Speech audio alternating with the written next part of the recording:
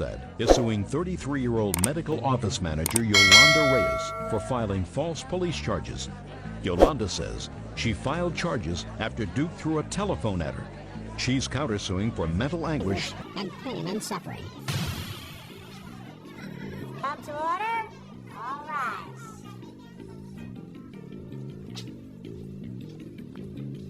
This case number 54 on the calendar, the matter of Kozad versus Reyes. Parties have been sworn in, Judge. You may be seated. Mr. Kozad, you work as an attendant for someone who was ill. Is that right? Yes, Judge Simon.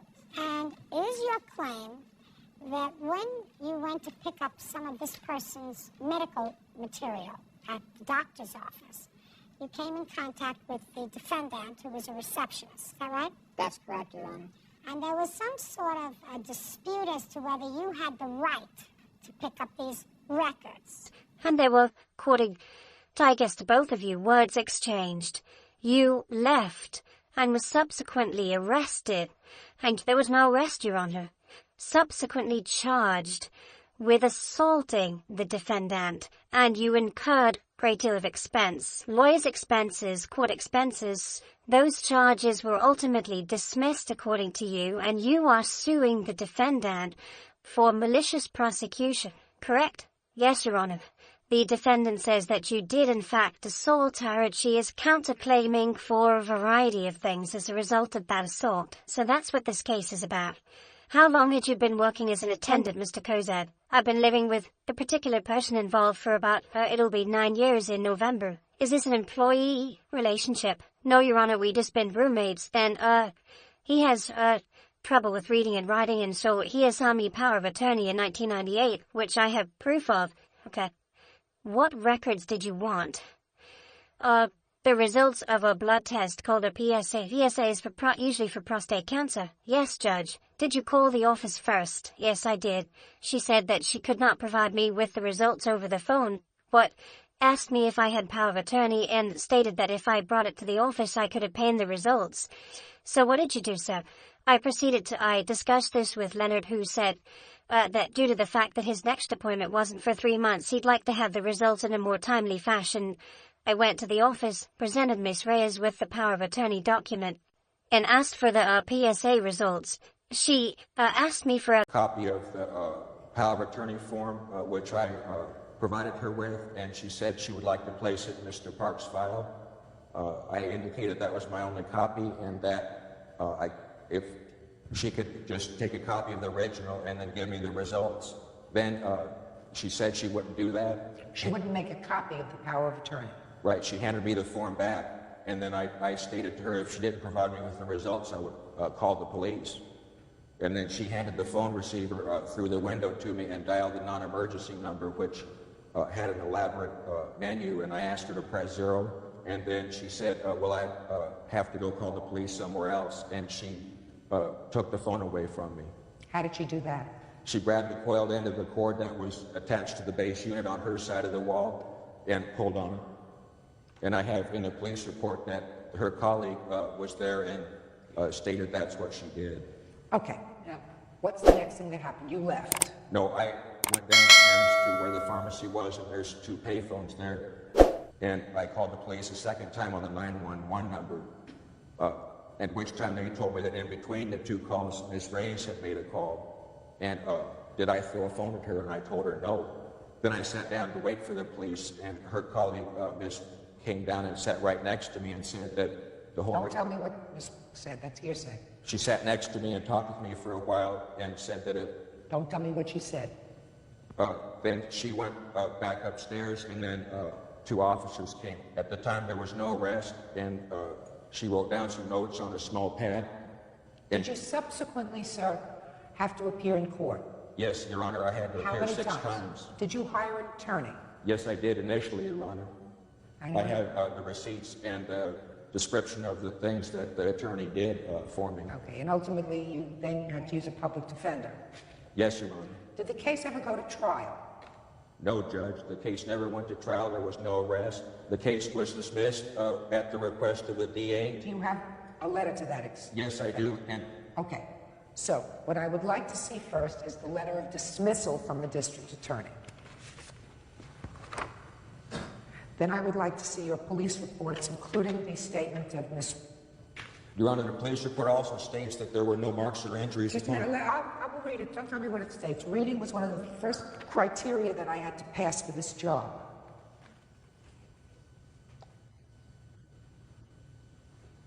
So the district attorney decided not to prosecute this case? Yes, Your Honor. Okay, that's fine.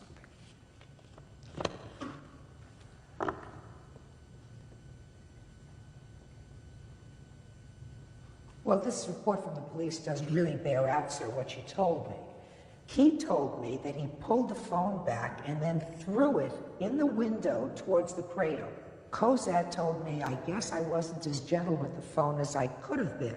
He told me that when he threw the receiver, Reyes was near the back phone talking to someone, and he did not see the phone hit her. Your Honor, I'd like to address that inconsistency, and the fact of the matter is that she was next to the phone because her colleague stated the same thing, that she was next to the phone. The colleague also said that you threw the phone. Your Honor, what she perceived as throwing of the phone was due to the tension developed between me holding the handset and Ms. Reyes holding the cord. I released the phone, and it went back through the window. Cozad, according to Ms. pulled the phone back and then threw it through the window. That's what she says. Real cases, real people. Judge Judy.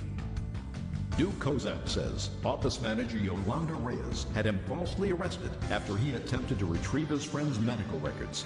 Yolanda says Duke threw a telephone at her. She, that's Miss, went downstairs not to comfort you, sir, but to get the license, plate number of your car. That's what she went down for. Well, Your Honor, how would she know what kind of car I drive to do this? See, I'm just telling you, there are inconsistencies here with the story that you tell. Your Honor, the officer, while she did an exemplary job, was a trainee and made other inconsistent remarks on her report. I'm just telling you, these are your reports. These are the reports you gave me. The items in quote, I did say I wasn't as gentle with that phone as I could have been. Everything else is the officer's And you threw rules. it. And this says you threw it. You asked me to look at Ms. Statements. It says that you threw the phone. That doesn't mean necessarily that it hit her, because nobody saw it hit her. And the police officer saw absolutely no bruising on her, no marks, nothing. So I don't know whether he hit her or not. What makes you think, Ms. Reyes, that it's against the law to turn over a patient's records to the patient? Those are the rules, and I have a letter from the doctor. I don't give a rat's tutu about what the doctor's rules are. Doctor's rules are not law. You said to the police, according to policy and the law, the patient's records are their records. And the patient wants the test results, and the patient's allowed to get the test results. Period. End of discussion. And if he's got a power of attorney, he stands in the same place as the patient. Right? That's one thing. Yes. So you were wrong. He had a power of attorney. Now, my next question to you is, I assume that in a medical office you have a fax machine or you have a copy machine. Is that right? Yes. Why didn't you volunteer to make a copy of his power of attorney? I did. He got mad. But just a minute. You said to him, nicely, when he came in, is that the power of attorney we talked about? I'll take it, let me make a copy and put it in the file. Exactly Is that what you said? Exactly what I did. Is that what you said? She said, I'd like to place this in the patient's file, meaning the copy I had. I said, that's my only copy. Could you, I can't release this copy to you. I need to retain possession of this copy. Did you ask her to make a copy of it? I don't remember, Your Honor. I don't know whether she said she had to make a copy or not, because when you got off the phone with her that morning, she was hell-bent on trying to contact the patient himself. So she called the patient, and you spoke to her on the phone and said, the patient's doing the laundry. He cannot come to the phone. Right? I said he was out. I didn't say he couldn't come to the phone, Your Honor. I said he's outside doing the laundry. That's exactly what I said. Mr. Kozak, let's not split hairs here, sir. So then you come down to the office after she has tried to get in touch with the patient, I assume to verify that, it's okay to give you the record. She's not able to do that. So I don't think that you were. Your Honor, she did know because I accompanied Mr. Park to the office on 2 previous occasions to fill out his forms. I don't care. They don't want to get sued. They don't want to get sued by giving any of his medical history to somebody if they're not absolutely positive that that's what the patient wants, especially if you're not his guardian. You may have power of attorney. However, your power of attorney allows you, I assume, to get what you need. Let me just take a quick look at your power of attorney, sir. I'd like to see it.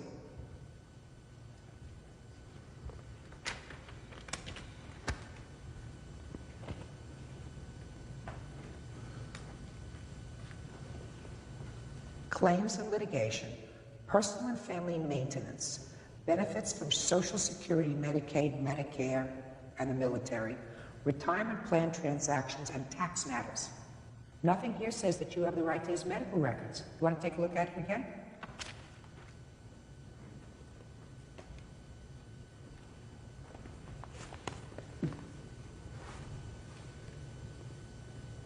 Your Honor, under item K, where it says benefits from Medicare, Medi-Cal, etc., Mr. Park paid for his doctor's visit with the Medi-Cal card. Stretching! There's a difference between paying for with a Medicaid card, Medi-Cal card, check, or anything else. It doesn't give you the right to get his medical records. I'm in error, Your Honor. You are. So that if Ms. Reyes had given you these medical records, and if Mr. Parks had sued the doctor for turning over those medical records, they would have been unprotected. That's not to say that you hurt her. Now, Ms. Reyes, I would like you to tell me your version of what happened. I got a call on September 21st around 9:30 in the morning from this gentleman here, Mr. Kozak. He told me, he explained to me, I've been reading an article in the paper in regards to the PSA, and I want to get Leonard's, test results. I said, well, first of all, I don't have that right. The doctor is the only one that can release that information to the patient. He said, well, I have power of attorney. I said, well, as soon as the doctor comes, I will have him call you and release that information to you. He got upset and he hung up. I gave it a few minutes to call the patient and let him know that doctor will give you a call and give them to you, and if you have any questions, you can have all your questions answered. Okay. When I called, he said, no, he's out doing laundry, and hung up on me. About an hour later, he shows up, very hostile, irate, demanding that I give him the test results of that PSA of our patient. I again told him, I can't release this information to you. The doctor needs to release this to you. I asked him to see the paperwork. He gave it to me. I proceeded to step just not even 5 feet behind me to the copy machine, and he started getting very hostile at the window. What did he say? He said, give me my paperback. No, I didn't say you can make a copy of it. Give it to me right now. He goes, I'm going to call the cops. Go ahead. I said, hold on. I gave him back the paperwork, called the police department, handed him the phone. I wasn't on the phone, so I don't know the prompts that you have to go through. And we had another call. There's another phone behind me, say maybe 8 feet at the other desk. And my medical assistant proceeded to get that call. She had a question regarding one of the patients that was calling. So you walked over there? No, I did not.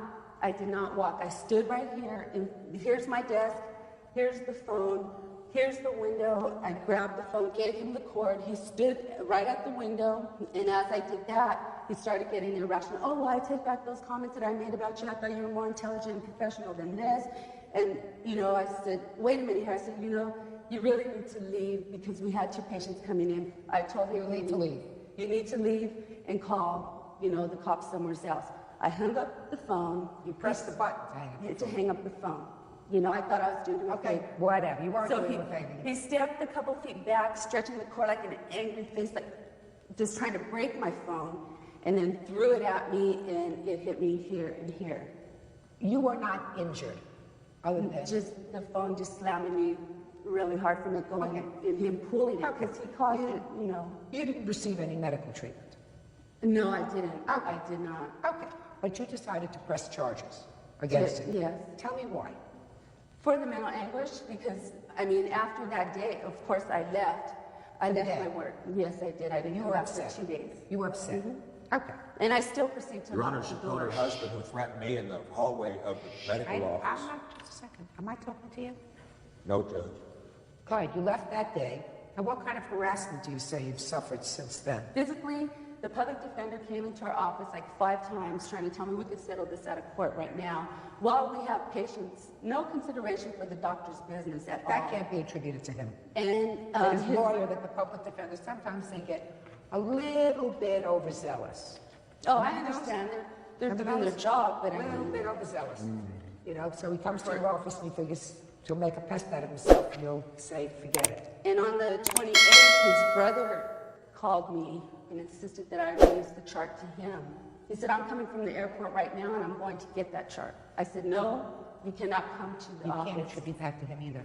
By the way, did the brother come to the office? No, we told him not to, and I called the police, and it stated in here also. Okay. What else? What other harassment? Other than just not feeling safe at my place of work, wondering if he's going to walk in, because an hour later, he walked through the door.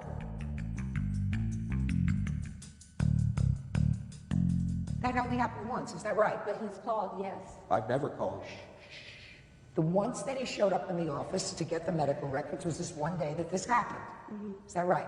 All right, you count the claims dismissed. Now let's get to your claim.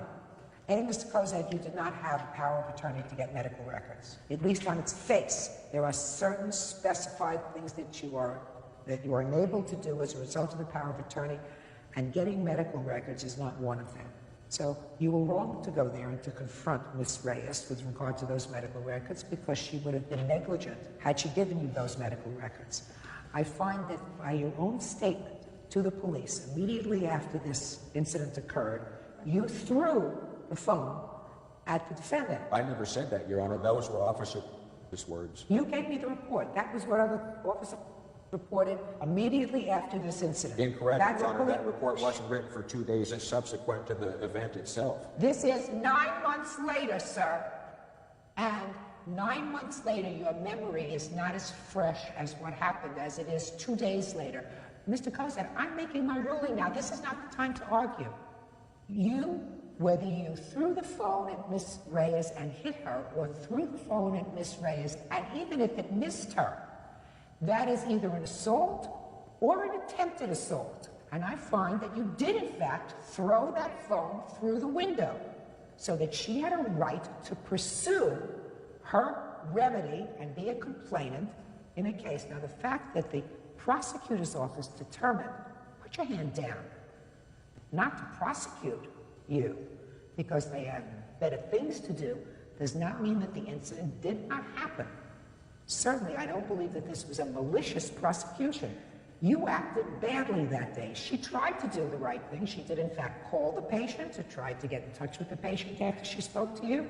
I believe that you did hang up on her when she called, that you went to the office, you went with a faulty document, she refused to give you those records, she had an absolute right to do that. You got angry, you threw the phone at her, and she had you either arrested or charged. That is her right as a citizen, and your lawsuit is dismissed. That's all. How does that The district attorney would have came today. The district attorney, Deputy William Sparks, is willing to come to court today, and they